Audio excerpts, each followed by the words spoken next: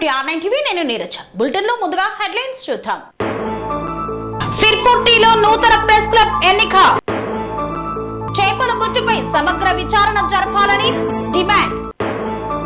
గణపతికి ప్రత్యేక పూజలు, వినూత్న రీతిలో అల్పాహార ప్రసాద వితరణ. కోదాడ మండలం ఎర్రవరం గ్రామ సొసైటీలో గోల్మాల్. సాక్షి దినపత్రికను దగ్ధం చేసిన తెలుగు యువత. విజయవాడ యార్లగడ్డ ఐకాన్ లో మీడియా సమావేశం. దమ్మాయిగూడ మున్సిపాలిటీలో హరితహార కార్యక్రమం. కుక్కట్పల్లిలో హైడ్రా కూల్చివేతలు, కన్నీరు మున్నీరుగా విలపిస్తున్న బాధితులు. నేటి నుండి 11 రోజులు పవన్ కళ్యాణ్ దీక్ష.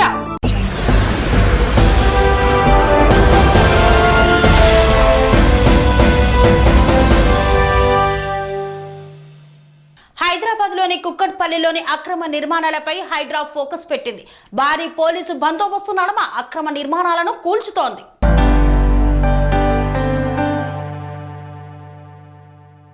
హైదరాబాద్ లోని కుక్కట్పల్లిలో అక్రమ నిర్మాణాలపై హైడ్రా ఫోకస్ పెట్టింది. ఈ క్రమంలో కుక్కట్పల్లిలో చెరువులను ఆక్రమించి నిర్మించిన కట్టడాలను కూల్చివేస్తోంది. పోలీసుల భారీ బందోబస్తు మధ్య కూల్చివేతలు జరుగుతున్నాయి. కుక్కట్పల్లిలో అక్రమ నిర్మాణాలపై హైడ్రా కొరడా చులిపిస్తోంది. నల్ల చెరువును ఆక్రమించి నిర్మించిన కట్టడాలను కూల్చివేస్తోంది. నల్ల చెరువు విస్తీర్ణం 27 ఎకరాలు ఉండగా 14 ఎకరాలు ఆక్రమణకు గురైనట్లు అధికారులు గుర్తించారు. నల్ల చెరువుపై సర్వే చేశారు. ఇందులో ఎఫ్టీఎల్ బఫర్ జోన్ లో 7 ఎకరాలు ఆక్రమణకు గురైంది. బఫర్ జోన్ లోని 4 ఎకరాల్లో 50కి పైగా పక్కా భవనాలు, అపార్ట్మెంట్లు నిర్మించారు. ఎఫ్టీఎల్ లోని 3 ఎకరాల్లో 25 భవనాలు, 16 షెడ్లు ఉన్నాయి. నివాసం ఉన్న భవనాలను మినహాయించి చెరువు ఆక్రమించి నిర్మించిన 16 షెడ్ల యజమానులకు నోటీసులు జారీ చేసింది. అనంతరం ఆదివారం తెల్లవారుజామునే హైడ్రా అధికారులు, పోలీసులు కుక్కట్పల్లి చేరుకున్నారు. చెరువు పరిధిలో అక్రమంగా నిర్మించిన కట్టడాలను కూల్చివేస్తున్నారు. పోలీసుల బందోబస్తు మధ్య కూల్చివేతల కార్యక్రమం జరుగుతోంది. అలాగే అమీన్పూర్ పరిధిలోనూ హైడ్రా అక్రమ కట్టడాలను కూల్చివేస్తోంది.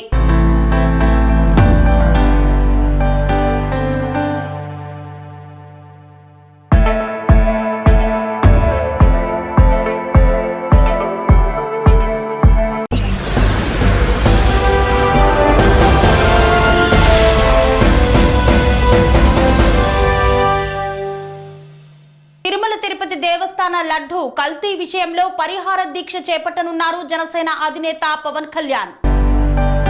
జనసేన పార్టీ అధినేత AP deputy CM Pawan Kalyan దీక్షకు సిద్ధమయ్యారు.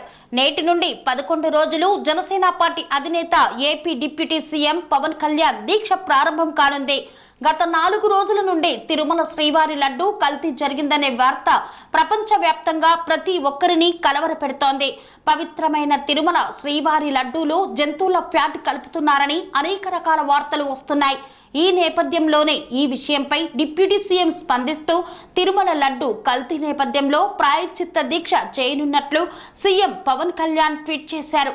7 కొండల వారిని క్షమించాలని కోరుతున్నారు. భగవంతుడిపై విశ్వాసం, పాపభీతి లేనివారే ఇలాంటి పనులకు పాల్పడతారన్నారు. ఈ పాపాన్ని ఆదిలోనే పసిగట్టలేకపోతే హైందవ జాతికే కలంకమని పేర్కొన్నారు. పాప నివారణగా ఇవాళ ఉదయం నుండి కాకానిలోని దశావతార వెంకటేశ్వర స్వామి ఆలయంలో 11 రోజుల దీక్ష చేపడతారని పవన్ కళ్యాణ్ తెలియజేశారు.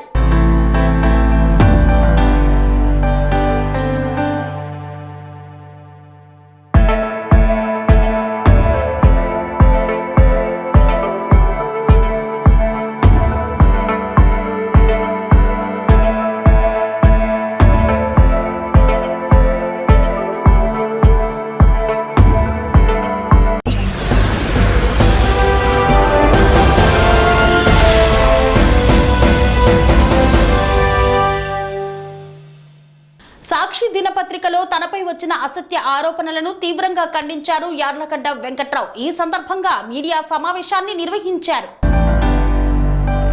కృష్ణా జిల్లా గన్నవరం నియోజకవర్గంలో గన్నవరం ఎమ్మెల్యే యార్లగడ్డ వెంకట్రావు విజయవాడ యార్లగడ్డ ఐకాన్లో మీడియా సమావేశాన్ని నిర్వహించారు. వైసీపీలోకి వచ్చిన వారు అందరూ ఇతరతర పార్టీల నుండి వచ్చిన వారే అన్నారు. 2014లో టీడీపీ నుండి పెనమలూరు టికెట్ అడిగాను. కొడాలి నాని ట్రాప్ వల్ల పెనమలూరు టికెట్ ఇస్తా అంటేనే వైసీపీలోకి వచ్చాను. కేడీసీసీ బ్యాంకు చైర్మన్ గా పనిచేసిన 13 నెలల కాలంలో ఎంతో గ్రోత్ సాధించిందన్నారు. కేడీసీసీ బ్యాంకులో ఎంతో మందికి రుణాలు ఇప్పించాను. అయినా దుర్మార్గంగా జగన్ నన్ను పదవి నుండి తొలగించారు. పులివెందులలో పోటీ చేయడం కంటే గన్నవరంలో పోటీ చేయడం చాలా కష్టం. అంత పెద్ద దుర్మార్గులు గన్నవరంలో ఉన్నారు. చంద్రబాబు కోసం కోట్లు ఖర్చు పెట్టి యజ్ఞాలు చేశారు. జైలు నుండి బెయిల్ మీద విడుదల అయినప్పుడు పోలీసులు ఇబ్బంది పెట్టిన పెద్ద ర్యాలీ పెట్టాను. చంద్రబాబు పగను మోసాను, ఇష్టంగా పనిచేశాను. అందుకే గన్నవరం ప్రజలు భారీ మెజార్టీతో నన్ను గెలిపించారు. కేడీసీసీ బ్యాంకు చైర్మన్ ఉన్న కాలంలో జరిగిన వాటి మీద విచారణ జరపాలని ప్రభుత్వాన్ని కోరాను. నా మీద నేనే విచారణ జరపాలని కోరుతున్నానని తెలిపారు. నన్ను మోసం చేసింది వైసీపీ, టీడీపీ కాదు. నేను అన్నం పెడితే ఇప్పుడు సున్నం పెడుతున్నారని వాపోయారు. నాకు మంత్రి ఇవ్వాలని చంద్రబాబు అనుకుంటే ఇస్తారు, లేదంటే లేదు. విజయ డైరీ చైర్మన్ చలసాని ఆంజనేయులు నా మీద తప్పుడు రాతలు రాయిస్తున్నాడు, నా మీద తప్పుడు ప్రచారం చేయిస్తున్నారని వాపోయారు. యార్లగడ్డ వెంకట్రావు గన్నవరం ఎమ్మెల్యే వైసీపీలోకి వచ్చిన వారు అందరూ ఇతరతర పార్టీల నుండి వచ్చిన వారే అని మరోసారి గుర్తు చేశారు. దేవుళ్ళ గురించి మనుషులు మాట్లాడకూడదు. ఫస్ట్ థింగ్, దేవుళ్ళ గురించి మనం మాట్లాడటం కరెక్ట్ కాదు. ఆ దేవదేవుడి విషయంలోనే అట్లా చేస్తే పాపం తగులుతుంది గ్యారంటీ. చేసిన తప్పులు పాపాలు శాపాలుగా వెంటాడుతాయి. బుడమేరు ముంపుకి పోలవరం కెనాల్ మీద మట్టి దోవిన వాళ్ళకి కూడా చెప్తున్నా, మీరు చేసిన పాపాలు మీకు డెఫినెట్గా శాపాలు అవుతాయి. కేవలం మీరు మట్టి తోవటం వల్ల, అక్రమంగా మట్టి తరలించడం వల్ల ముంపు ఎక్కువ వచ్చింది. అలాగే తిరుపతి వెంకటేశ్వర స్వామిని దేవదేవుడిగా కొలిచి కులదైవం ఇంటి దైవం అని 2 ఉంటాయి హైందవ సాంప్రదాయంలో. అలాంటి వెంకటేశ్వర స్వామి లడ్డు విషయంలో అసలు ఇంతసేపు మాట్లాడుకుంటాం కూడా కరెక్ట్ కాదు. దయచేసి నేను అందరి నాయకులకి విజ్ఞప్తి చేస్తున్నా, వెంకటేశ్వర స్వామి గురించి మనం తక్కువ మాడితే చాలా బెటర్. ఆయనే చూసుకుంటాడు, తప్పు చేసినండి ఆయనే చూసుకుంటాడు. ఒకటి ఎంక్వైరీ ప్రభుత్వం ఎట్టి పరిస్థితిలో చేస్తాం. ఎందుకు చేయకుండా ఉంటాం? ప్రభుత్వంలో 100కి 100 పాళ్ళు ఎంక్వైరీ చేస్తాం.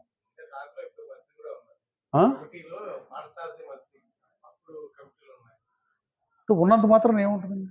ఇప్పుడు గతంలో ఆయన వైసీపీలో పనిచేశాడు, నేను వైసీపీలో పనిచేశాం.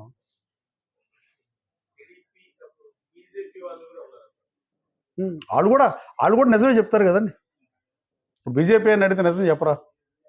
చెప్తారు కదా. ఫస్ట్ మనుషులు కదా మనం. దేవుడి దగ్గర రాజకీయాలు చేయడం కరెక్ట్ కాదు. ఆ రోజు పింక్ డైమండ్ వ్యవహారం మాట్లాడిన పరిస్థితి, అలాగే ఇప్పుడు లడ్డు విషయంలో ఆనాటి భక్తులు మహాప్రసాదంగా భావించే దాంట్లో చేశారంటే వాళ్ళకి మానవత్వం ఏ కోశానో లేదనుకోవాలి. అది నిజమైతే వాళ్ళు మనుషులు కాదు అసలు.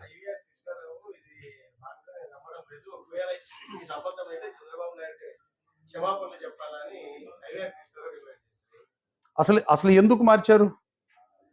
ఇప్పుడు ఆయన ఒకే స్టాండ్ మీద రాజకీయ పార్టీ నాయకులాగా మాడితే ఎలా?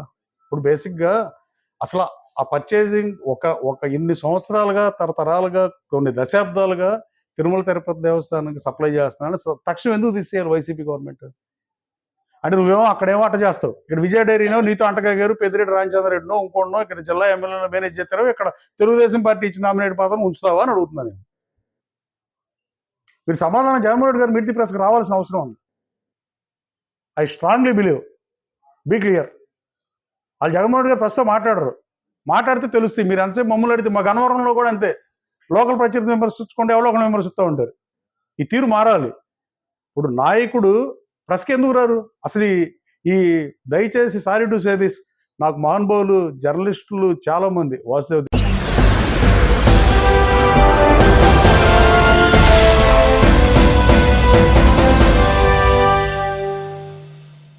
గన్నవరం శాసనసభ్యులు యార్లగడ్డ వెంకట్రావుపై సాక్షి దినపత్రికలో అసత్య ఆరోపణలు చేశారని తెలుగు తమ్ముళ్లు ఆగ్రహం వ్యక్తం చేశారు.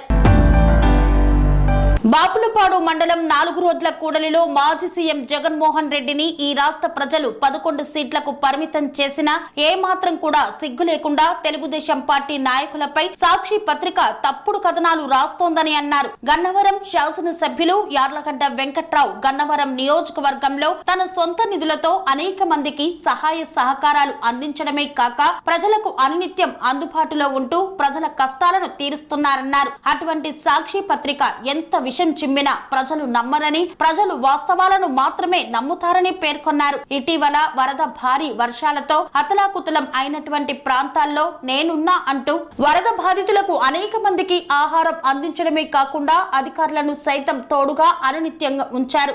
ఒక హోదాలో ఉన్న వ్యక్తి ఎమ్మెల్యే యార్లగడ్డ వెంకట్రావుపై తప్పుడు కథనాలు రాయించడం సబబు కాదు అన్నారు. వైఎస్ఆర్సీపీ ఓటమి పాలైన తర్వాత ఒక్కొక్కరుగా పార్టీని వీడుతుండడంతో తట్టుకోలేకపోతున్న జగన్మోహన్ రెడ్డి ఇటువంటి తప్పుడు కథనాలకు శ్రీకారం చుడుతున్నారని పేర్కొన్నారు. Sakshi paper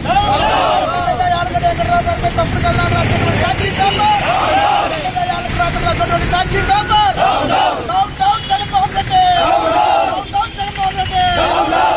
psycho Jagan psycho Jagan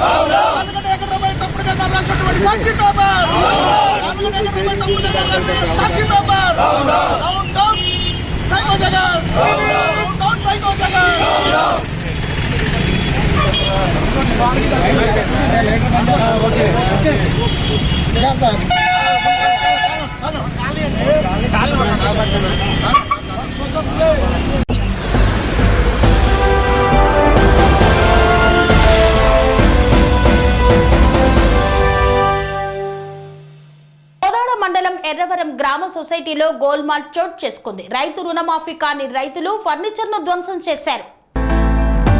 Suryapet జిల్లా కోదాడ మండలం ఎర్రవరం గ్రామ సొసైటీలో గోల్మాల్ చోటు చేసుకుంది. సొసైటీలోని ఫర్నిచర్ ను ధ్వంసం చేసిన రుణమాఫీ కాని రైతులు. రుణమాఫీలో అవకతవకలు జరిగాయని ఆరోపిస్తున్నారు బాధితులు. రుణమాఫీ విషయంలో గతంలో అధికారులు స్పందించిన పరిష్కారం జరగలేదని ఆరోపించారు. 66 మందికి రైతుల పేర్లు కంప్యూటర్లో నమోదు చేయలేదని ఆరోపించారు. రుణమాఫీ డబ్బులు అకౌంట్ లో జమైనట్లు మెసేజ్ వచ్చినా స్పందించని సొసైటీ అధికారులు. సీఈఓ కంప్యూటర్ నిర్వాహకుల్ని సస్పెండ్ చేస్తే సమస్య పరిష్కారం కాదంటూ ఆందోళన చేపట్టారు.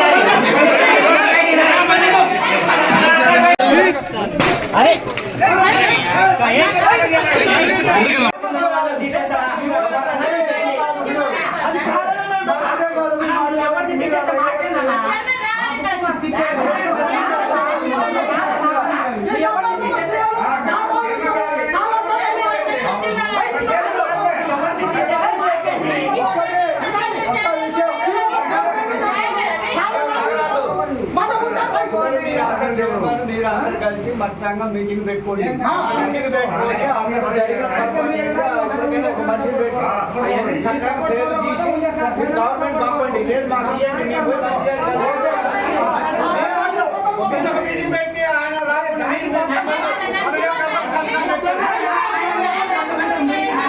తీసుకున్నా సార్. లోను వడ్డీ కూడా కట్టినా.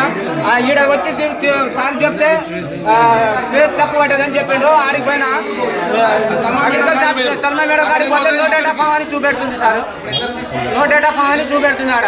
మళ్ళీ ఈడికి వచ్చినా కూడా సార్ అయితే అని అట్నే 2 నెలలు తిప్పిండు నాకు. నేను వచ్చి అడిగితే ఇక్కడ చైర్మన్ సార్ మాట్లాడిండు. అక్కడ మీటింగ్ పెట్టి సార్ని పిలిచిండు. కోదాల నుంచి 2 సార్లు పిలిపించిండు. పిలిపించినప్పుడు నేను కంప్యూటర్ లో చూపించింది ఆయన. ఆ అబ్బాయి ఉంది వెంకటేశ్వర్లు కాదు కూర్చుడు చేపకి.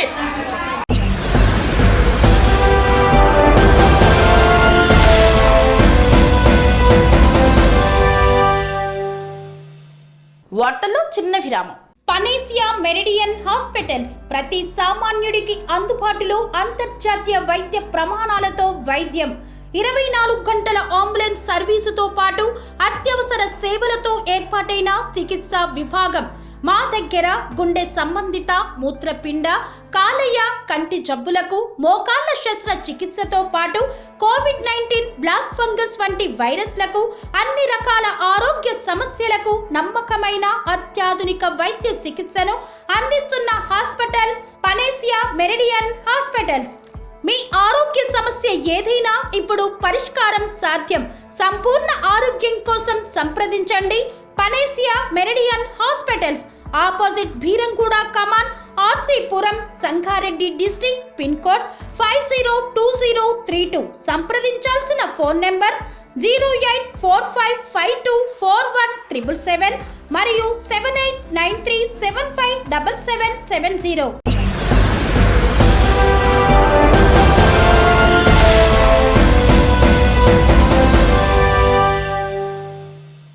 తిరిగి వార్తలకు స్వాగతం. దుబ్బాక పట్టణంలో నెలకొల్పిన గణనాథులు అత్యంత వైభవంగా శోభయాత్ర ద్వారా నిమజ్జనానికి బయలుదేరారు. దుబ్బాక పట్టణంలో పలు గణనాథులు అంగరంగ వైభవంగా నిమజ్జనంకు శోభయాత్రగా బయలుదేరారు.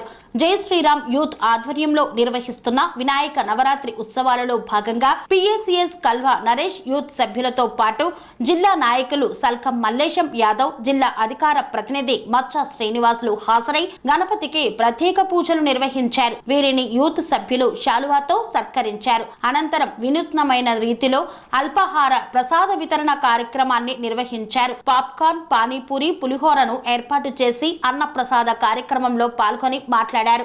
దుబ్బాక నియోజకవర్గ ప్రజలు సుఖ సంతోషాలతో పాడి పంటలు బాగా పండాలన్నారు. కేఎన్ఆర్ ట్రస్ట్ ఆధ్వర్యంలో సిద్ధి వినాయక స్వామి నవరాత్రి ఉత్సవాలు అంగరంగ వైభవంగా చేపట్టారు. దుబ్బాక పట్టణంలో గత కొన్ని సంవత్సరాలుగా కూడా గణనాథుల్ని ఏర్పాటు చేయడం జరిగిందని గుర్తు చేశారు. అదే విధంగా ఈ సంవత్సరం కూడా భారీ సెట్టింగ్ తో గణనాథుల్ని ఏర్పాటు చేయడం జరిగిందన్నారు. మండపం వద్ద ప్రతిరోజు నిత్య పూజలు భక్తులకు అందించడం చాలా సంతోషంగా ఉంది అని పేర్కొన్నారు. నిమజ్జన కార్యక్రమానికి భక్తులు పెద్ద ఎత్తున తరలి రావడం చాలా సంతోషంగా ఉంది అన్నారు. ఆ గణనాథుని ఆశీస్సులతో దుబ్బాక నియోజకవర్గం ప్రజలు అష్ట ఐశ్వర్యాలతో ఉండాలని భగవంతుని వేడుకున్నామన్నారు. ఈ కార్యక్రమంలో తునికి సురేష్, కల్వరాజు, పెంటం బాలకిషన్, బండి నరేష్, సాయి తదితరులు పాల్గొన్నారు.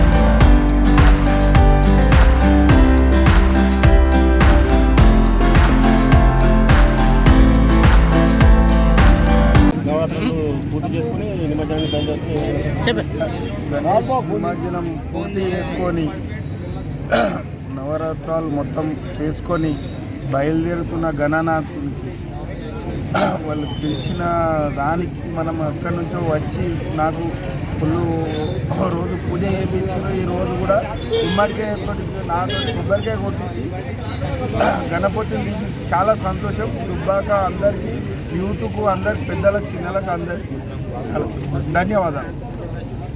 దుబ్బాక పట్టణంలో నవరాత్రులు ముగించుకొని నిమజ్జనానికి బయలుదేరుతున్నటువంటి గణనాథులకు మరియు ఈ సంఘాలు దుబ్బాక పట్టణంలో ఉన్న యువజన సంఘాలందరికీ కూడా పేరు పేరున ధన్యవాదాలు తెలియజేస్తా ఉన్నాను.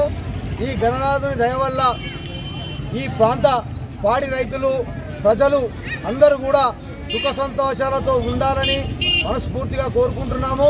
మీకు అండగా కాంగ్రెస్ ప్రభుత్వం ఉన్నది. ప్రతి ఒక్క ఎటువంటి సమస్యలకైనా మేము ముందుండి మీకు మా యొక్క సహాయ సహకారాలన్నీ అందిస్తామని చెప్పేసి కోరుతా ఉన్నాం.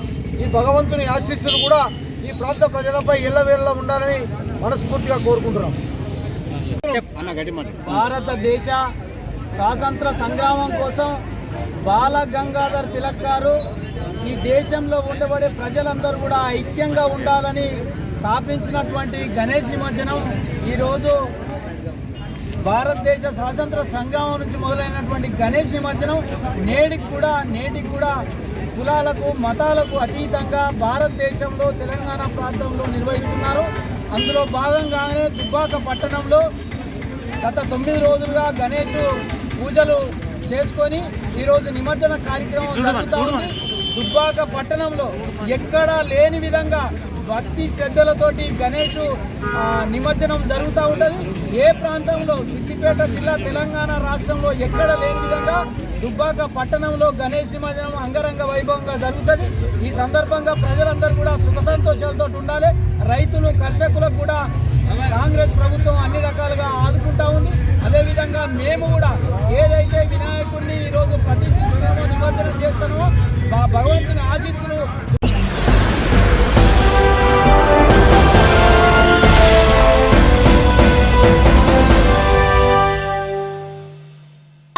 మున్సిపాలిటీ పరిధిలోని 9వ వార్డులో హరితహార కార్యక్రమాన్ని ప్రారంభించారు. ఈ యొక్క కార్యక్రమంలో ధమ్మాయిగూడ మున్సిపల్ చైర్మన్ ప్రణిత శ్రీకాంత్ గౌడ్ పాల్గొన్నారు. దమ్మాయిగూడ మున్సిపాలిటీలో 9వ వార్డులోని శశాంక్ ఎన్క్లేవ్ కాలనీలో హరితహార కార్యక్రమంలో భాగంగా మొక్కలు నాటే కార్యక్రమాన్ని చేపట్టారు. ఈ కార్యక్రమానికి మున్సిపల్ చైర్మన్ ప్రణిత శ్రీకాంత్ గౌడ్ మరియు 9వ వార్డు కౌన్సిలర్ గోగుల సరిత వెంకటేష్ హాజరై మొక్కలు నాటి కాలనీలో హరితహార పరిరక్షణ పైన అవగాహన కల్పించారు.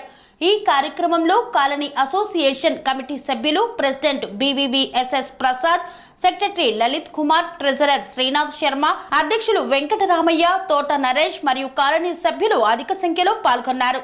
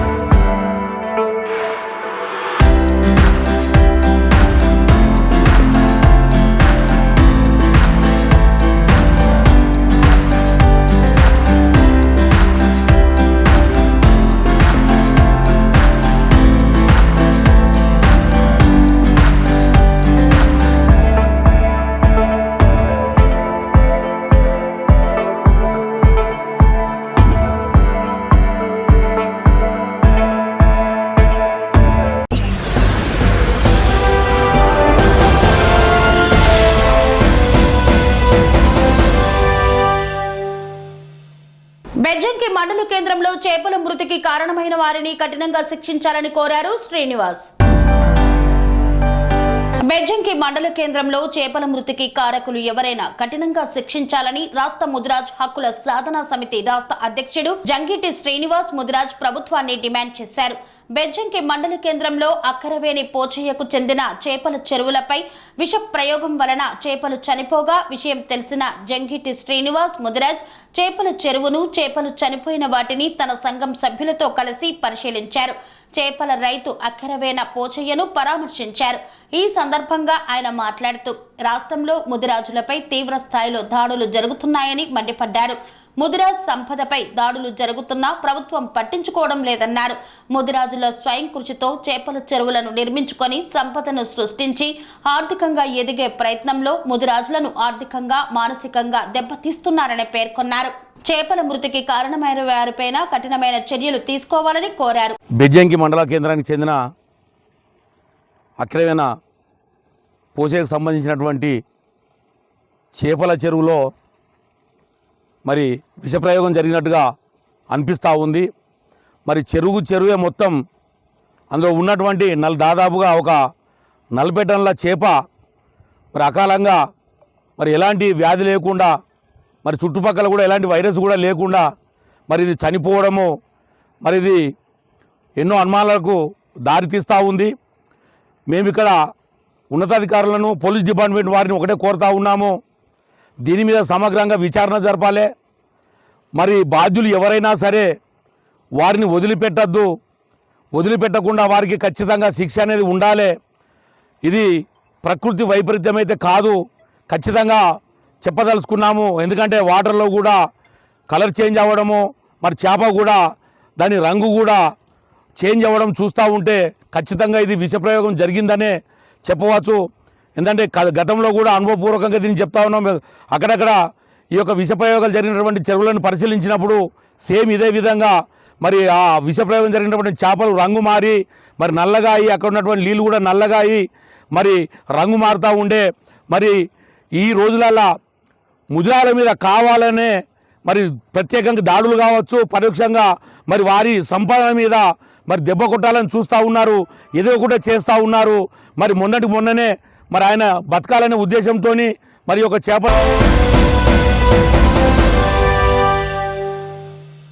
సిర్పుర్తి మండలంలోని విశ్రాంతి భవనంలో నూతన ప్రెస్ క్లబ్ ఎన్నికలను నిర్వహించారు. కొమరం భీం ఆసిఫాబాద్ జిల్లా సిర్పుర్తి మండలంలోని విశ్రాంతి భవనంలో నూతన ప్రెస్ క్లబ్ ఎన్నికను నిర్వహించారు.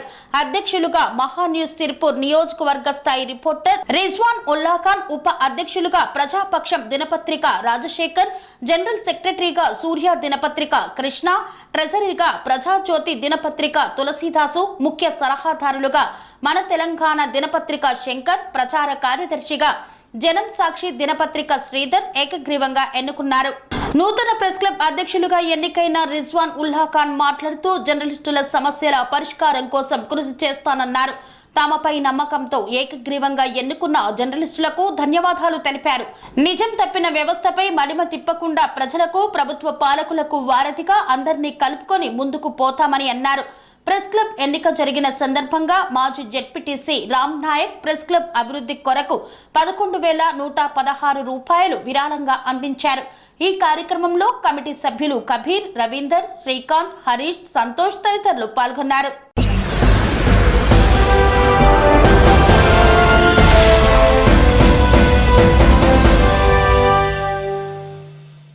ఇంతటితో వార్తలు సమాప్తం. మరిన్ని అప్డేట్స్ కోసం చూస్తూనే ఉండండి TN9 TV.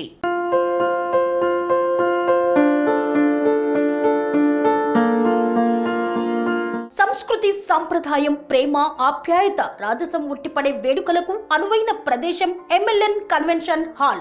కని విని ఎరుగని రీతిలో జరిగే మీ ఇంటి కళ్యాణ వైభోగానికి అందమైన కళ్యాణ వేదిక MLN కన్వెన్షన్ హాల్.